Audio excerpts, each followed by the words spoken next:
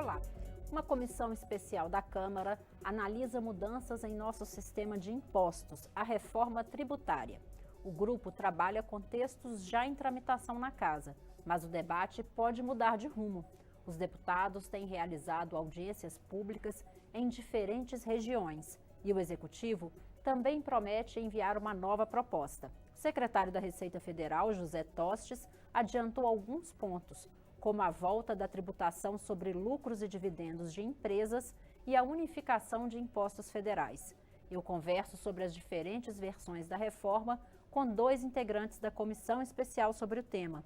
O presidente do colegiado, deputado Hildo Rocha, do MDB do Maranhão, e Mauro Benevides Filho, do PDT do Ceará. Eu sou Daniela André e este é o Câmara Debate, programa da rádio e da TV Câmara. Deputados, bem-vindos ao Câmara Debate. Muito obrigado. Começo perguntando ao deputado Hildo Rocha. Esse tema da reforma tributária tem sido discutido há bastante tempo na Câmara dos Deputados e chegou a ser aprovado por uma comissão especial no ano passado. Deputado, por que a necessidade de se retomar essa discussão, inclusive ouvindo de novo os entes federados? O presidente da Câmara, o deputado Rodrigo Maia, entendeu que, como houve uma renovação muito grande na Câmara Federal, acima de 50%, de que deveríamos tratar do assunto, mais uma vez, começando do zero, em virtude de muitos deputados que se reelegeram, foram no compromisso de fazer a reforma tributária. E ele, assim, procedeu, criando uma nova comissão. E eu fui designado pelos colegas deputados como presidente. E o deputado Aguinaldo, o relator dessa PEC 45, que é a que está sendo analisada pela Câmara Federal no momento. É a PEC de autoria do deputado Baleia Rossi, que se baseou num estudo do Instituto CECIF, que é o Instituto da Cidadania Fiscal, que tem como coordenador o economista paulista Bernap. Ele analisou os sistemas tributários de vários países, aqueles países onde a sua economia cresce sempre, de forma constante, assim como também analisou os grandes gargalos que tem no nosso sistema tributário. Eu costumo dizer que o Estado, ele é visto apenas pelo seu corpo, isso é natural, é como ser humano. A gente consegue identificar o Estado pelo que ele faz, pelo que ele produz, pelo que ele proporciona ao cidadão. O Estado proporciona segurança pública, o Estado proporciona saúde pública, educação, infraestrutura, mas para que o Estado, aquele objeto que você pode ver, funcione, execute a sua missão, ele precisa de uma alma. A alma é o sistema tributário, que a gente não vê, a gente não percebe. A gente vê quando paga o imposto de renda, que é descontado no salário de quem recebe determinado montante por mês. Mas no consumo, o imposto que é tirado no consumo, nós não conseguimos ver, nós não percebemos. E eu tenho olhado e constatado nos seminários que nós realizamos, inclusive agora recente em Imperatriz, no Maranhão, que foi o 15º seminário, que a população se vê nessa relação de consumo apenas como consumidor de produto. Ele vai lá, compra 1 quilo de açúcar e ele vai saber o melhor produto, o melhor preço, se não está estragado. A mulher vai e compra lá um vidro de esmalte, ela quer ver a cor, se ele dura muito tempo. Mas ele não se vê na condição de contribuinte. E ele é também contribuinte nessa relação comercial. Ele é consumidor e contribuinte. Ele só liga para o Estatuto do Consumidor, ele não liga para o Código Tributário.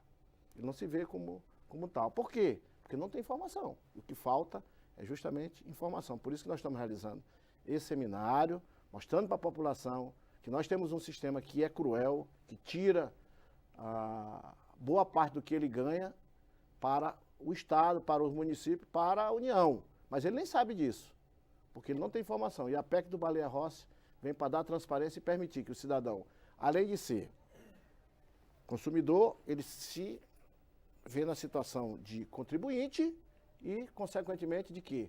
De fiscal. E nós não podemos ter fiscal melhor para o sistema tributário do que o próprio contribuinte, que ele passa a ser também um fiscal. Deputado Mauro Benevides Filho, o senhor acredita que esse é o caminho? Um dos pontos principais dessa proposta que a comissão está analisando é retirar a cobrança sobre consumo, que hoje é a maior parte sobre consumo, deslocando para renda e patrimônio. O senhor acha que é por aí? Bom, primeiro, o que é que acontece com o sistema tributário brasileiro? Ele é um sistema extremamente injusto e ele é um sistema altamente complexo. Ou seja, é muito caro você levantar tudo que você deve em termos de impostos, ao mesmo tempo em que ele recai sobre a população mais pobre o grande volume de arrecadação. O Brasil arrecada nos 3 níveis, União, Estados e municípios, aproximadamente 2 trilhões e 100 bilhões de reais. Desses 2 trilhões e 100 bilhões de reais, 1 trilhão e 80 bilhões, 1 trilhão e 100 é imposto sobre consumo. Como a proporção da renda daqueles que ganham menos, eles gastam mais no consumo, se diz que o Brasil é o 3º sistema mais regressivo do mundo, dos 142 países que o Banco Mundial analisou, exatamente porque a carga de arrecadação está muito centrada no consumo. O Brasil tem 4 eixos de arrecadação. É o imposto sobre folha, é o imposto sobre propriedade, o imposto sobre renda e o imposto sobre consumo. Então, eu acabei de falar que 1 trilhão e 100 dos 2,100 é imposto sobre consumo, que é perverso para a população mais pobre. O imposto sobre folha, 400 bilhões, o imposto sobre renda, 480 e, por diferença, imposto sobre propriedade, 96 bilhões. Esse é um absurdo, isso é um crime. Hoje, quando uma pessoa compra um carro, ele paga IPVA. Agora, se um rico compra um avião, ele paga 0 de IPVA. Ou se compra um barco, é 0 de IPVA. A Câmara dos Deputados, durante muitos anos, o Congresso Nacional, vem tentando fazer essa discussão. E fica tudo centrado na unificação de impostos.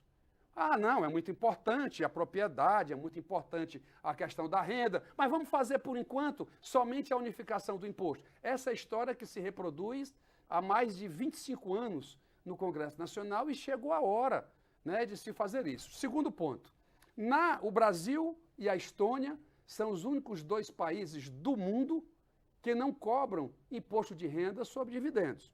Na campanha presidencial, que eu coordenei o programa econômico do presidente Ciro, essa foi uma proposta que nós propusemos durante o período, que é a taxação do imposto sobre dividendos. E na vinda do secretário Tostes à Comissão de Finanças e Tributação, que o deputado Wildo também é membro, nós cobramos mais uma vez a ele, nós estivemos com o ministro Paulo Guedes, estivemos com ele, eu acredito que o governo deva sim enviar a proposta de cobrança. Isso não é bitributação. Se você tem um banco, por exemplo, se ele apura que vai distribuir 21 bilhões, determinada instituição financeira, 21 bilhões em dividendos. 3 pessoas físicas recebem 3 bilhões cada uma. Ela paga 0 de imposto de renda. Uma pessoa que ganha 15 mil reais no salário paga imposto de renda. Então você tem que elevar essa carga nos mais altos para que você diminua a carga nos menos favorecidos, de tal maneira que a carga tributária brasileira ela permaneça no nível que ela se encontra, porque a população brasileira também não aceita mais você fazer elevação de carga. E na 45, e aqui esse é um ponto importante que eu quero deixar para reflexão, é de que na 45 tem 2 problemas graves que precisam ser resolvidos. Primeiro é a diminuição de carga de bancos, porque hoje o ISS ele incide sobre tarifas, sobre taxas e do que for de serviços, mas ele não incide sobre a receita de operação de crédito. Mas essa receita de operação de crédito tem a incidência do PIS/COFINS. Com o IBS que está proposto lá, o PIS/COFINS vem para dentro do IBS e não há, na emenda 45, previsão para a incidência do IBS na receita de operação de crédito. Portanto, isso é muito grave. Como é que nós vamos agravar o setor de serviço? Nós vamos agravar o setor de serviço hoje, que paga 5, vai para 25. Se extingue os incentivos fiscais, todos vão para o princípio do destino. Portanto, como o incentivo fiscal é na origem e você transfere para o destino, você acaba esse poder. Não há previsão de criação de fundo de desenvolvimento regional. com certeza, o trabalho do deputado Hildo e do deputado Aguinaldo. Eu espero que lá o Fundo de Desenvolvimento Regional, que na 110 do Senado tem previsão, na 45 não tem, mas na 110 do Senado tem, que é criar um fundo para que os estados possam, numa tentativa de dar melhores condições de trabalho, ele desconcentre a indústria brasileira, porque o PIB do Sul e Sudeste representa 70% de tudo que se produz aqui no nosso país. Então, são conceitos muito relevantes que, com certeza, com o correr da carruagem, isso, com certeza, tanto pelo deputado Hildo como pelo deputado Aguinaldo, nós haveremos de fazer uma correção dos rumos que lá estão traçados. Então, vamos começar a falar um pouco aqui desses pontos. Deputado Hildo Rocha, esse ponto específico da contribuição sobre lucros e dividendos pode ser enfrentado nessa reforma? Claro, sem dúvida nenhuma. Entendo que deve ser matéria para constar no relatório final do Aguinaldo, sem dúvida nenhuma. Grande parte dos partidos são a favor. O próprio governo já sinalizou que quer voltar a cobrar, que foi no governo Fernando Henrique Cardoso, que foi retirado, foi extinto. E ficaram esses anos todos eles sem essa arrecadação. E nós precisamos dessa arrecadação até para diminuir os outros tributos. Você não pode aumentar a carga tributária, que nós estamos lá na ponta da curva de Laffer, né? Nós estamos lá no patamar mais alto. Então, não tem como aumentar mais a arrecadação. Nós podemos diminuir outro tributo, a arrecadação de outro, para que esse que promove a melhor igualdade social, porque, como disse o deputado Mauro, de forma bastante correta, a falta da cobrança do tributo incidente sobre o lucro, ela sobre o dividendo, ela permite as desigualdades sociais enormes que tem no nosso país, assim como também as desigualdades econômicas. E, tecnicamente, era importante ressaltar o que está por trás do raciocínio nosso e do governo. Que mesmo que você retome a incidência, e como foi muito preciso o deputado Hildo, o Brasil cobrava. O presidente Fernando Henrique foi que retirou essa colocação. Se você retorna com a alíquota de 15%, a previsão de arrecadação do imposto sobre lucros e dividendos é da ordem de 45 bilhões ano. Mas você vai ter que recalibrar para baixo o imposto de renda da pessoa jurídica. Então, para não ficar uma carga muito elevada. Isso você diminuirá em aproximadamente 15, 16 bilhões. Essa diferença pró-receita tem que ser usada para você diminuir outros impostos de tal maneira que a carga total, que hoje o Brasil é mais ou menos 32,5% do produto interno bruto, para que a carga tributária ela não seja elevada de maneira ainda mais significativa. Então é importante a gente ter esse norte, que tamanho dela e para onde esse excesso deve ser destinado na nossa estrutura. Os dois parlamentares tiveram experiência no Executivo como secretários e outros cargos. Eu gostaria de saber se nessa caminhada aí da comissão nos estados, nos municípios, como está sendo, um dos obstáculos à reforma sempre foi a divisão do bolo, vamos dizer assim. Como é que está sendo enfrentado isso com os governos estaduais e municipais? Deputado Hildo Rocha. Os governos estaduais se pronunciaram através dos seus secretários de Fazenda, no sentido de apoiar a PEC 45, com colocações de algumas mudanças que foram feitas pelos secretários do CONFAZ, através do CONFAZ, com uma emenda. Essa emenda foi apresentada onde eles entendem que o comitê gestor do IBS, que é a ideia do Baleia, é criar um IVA, que se chamará IBS, Imposto sobre Bens e Serviços, que vai extinguir os outros 5 tributos, né? 3 federais, um estadual e um municipal. E os secretários entendem que não há necessidade da participação da União e que a participação maior deverá ser a do Estado e menor do município. Então, esses entes perdem a arrecadação? Não. Vamos explicar como é que é isso. Hoje, você tem um regime de origem e destino na cobrança do ICMS. Então, quando uma empresa do meu estado do Ceará compra um produto de São Paulo, então São Paulo fica com 7%, e aí lá no estado, para fazer os 18%, que é a alíquota padrão média dos estados brasileiros, você cobra somente a diferença de 11% para perfazer o 18. Então, hoje é como funciona no nosso país. Com a 45, o princípio deixa de ser origem e destino e passa a ser o princípio do destino 100%. puro. Ou seja, os 18% serão cobrados aonde efetivamente a compra está acontecendo. Em tese, isso significa que os estados que são consumidores, ou seja, produzem menos do que consomem, portanto, importam de outros estados, em tese, financeiramente, eles seriam estados que ganhariam, né, receita.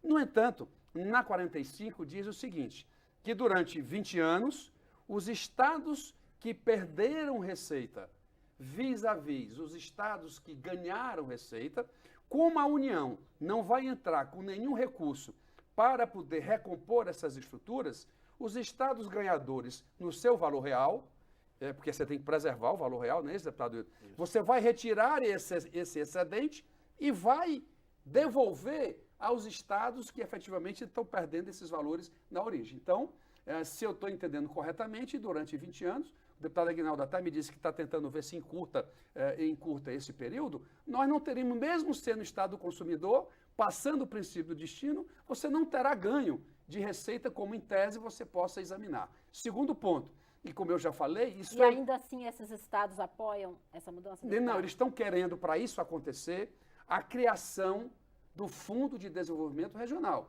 que é o que os secretários de Fazenda, eles apresentaram uma proposta para aprimorar o texto da 45, gostou do termo, Hildo? Aprimorar a 45, exatamente para poder até a criação do fundo, porque se você perde um instrumento de atração de um processo industrial, que hoje é altamente concentrado no Sul e Sudeste, se você não tem nenhum incentivo para isso, não faz o menor sentido você implantar de uma vez só o princípio do destino puro.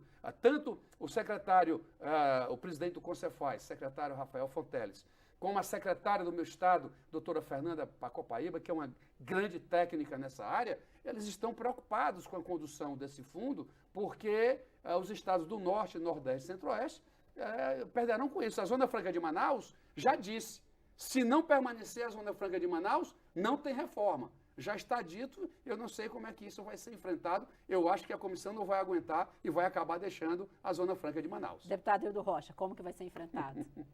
Os dois pontos aí, a questão da criação de um fundo para desenvolvimento dessas regiões onde não há concentração industrial e a Zona Franca de Manaus. A questão é saber de onde vai sair o dinheiro para o fundo, que é necessário.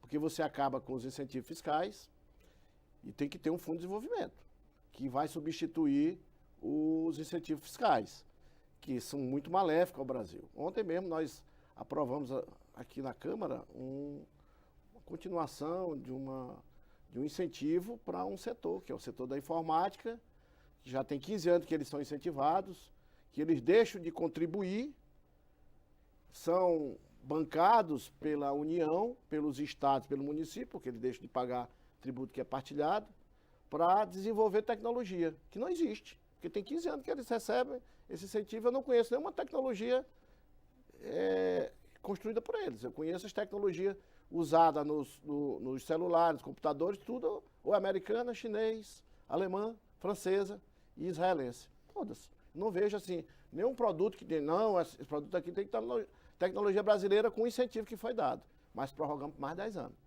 E prorrogamos por mais 10 anos, fazendo algumas alterações, porque a OMC diz que nós somos protecionistas. E somos. Não só somos protecionistas, como somos besta de fazer isso que os empresários querem. Porque acaba que quem não está sendo privilegiado vai pagar, porque o Estado tem um custo.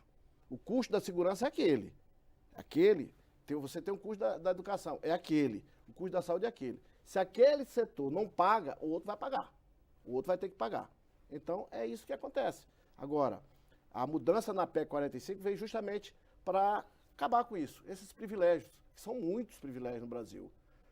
O orçamento do ano que vem lá, 330 bilhões de reais vão deixar de entrar por incentivos fiscais. Seriam tributos que iriam entrar... E acaba contribuindo ainda mais para o emaranhado Exatamente. de leis, né, aí depois as pessoas dizem assim, não, mas por que determinado produto do Brasil é caro? É caro porque se subsidiou aquilo ali.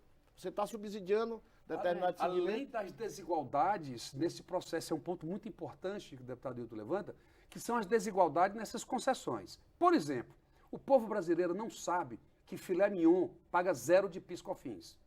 A população brasileira não tem conhecimento que o salmão paga 0 de PIS/COFINS. A população brasileira não tem conhecimento que o queijo suíço, como é que pode? Que país nós estamos? Que o queijo suíço paga 0 de PIS/COFINS. E o queijo brasileiro, deputado? O queijo brasileiro ele tem um tratamento diferenciado. Se ele for primário, ele paga 0 também. Se ele for industrializado, aí tem um outro tratamento. Então, são produtos que atendem a classe mais rica brasileira, que precisa ter um desconto de pagar 0 de PIS/COFINS. Eles são tratados como a cesta básica. Exatamente. Alguém fez lobby, alguém fez lobby para inserir dentro do contexto, do conceito, digo melhor, de cesta básica, para incluir esses produtos que estão lá consignados. E eu tenho, para fazer justiça ao secretário Tostes, quando ele esteve aqui conosco, lá na Comissão de Finanças, ele realmente reconheceu e se comprometeu que vai, quando do envio da proposta por parte, primeiro a junção de PIS e COFINS, depois lucros e dividendos e desonerações tributárias, ele vai sim acabar com 25, eu gravei até esse número, com 25 excrescências que existem dentro desse sistema de desonerações ou de incentivos fiscais, como queira chamar, porque o Brasil perde receita. E isso precisa ser acabado de maneira urgente. Inclusive, não só nas desonerações, mas perde receita nos programas de refis, de refinanciamento que o Brasil faz. De 2000 a 2017, a Receita Federal fez 31 programas de refis. Abriu mão de 840 bilhões de reais. Isso também tem que acabar no nosso país. Deputados, a gente está no imperativo do tempo. Deputado Mauro Benevides, obrigada pela participação. O deputado Hildo Rocha quer fazer suas considerações finais. Agradecer a oportunidade de se debater aqui a reforma tributária, que a população, muitas das vezes, não está antenada em relação à importância da mudança do nosso sistema tributário para a vida das pessoas. Porque todos nós somos contribuintes. Até mesmo aqueles que não têm salário, mas é contribuinte. Porque ele consome, se ele não consumir, ele não vive. Então, todos nós somos contribuintes e nós não temos essa informação, nós não temos a maneira de trabalhar para fazer com que os tributos que devem ser recolhidos são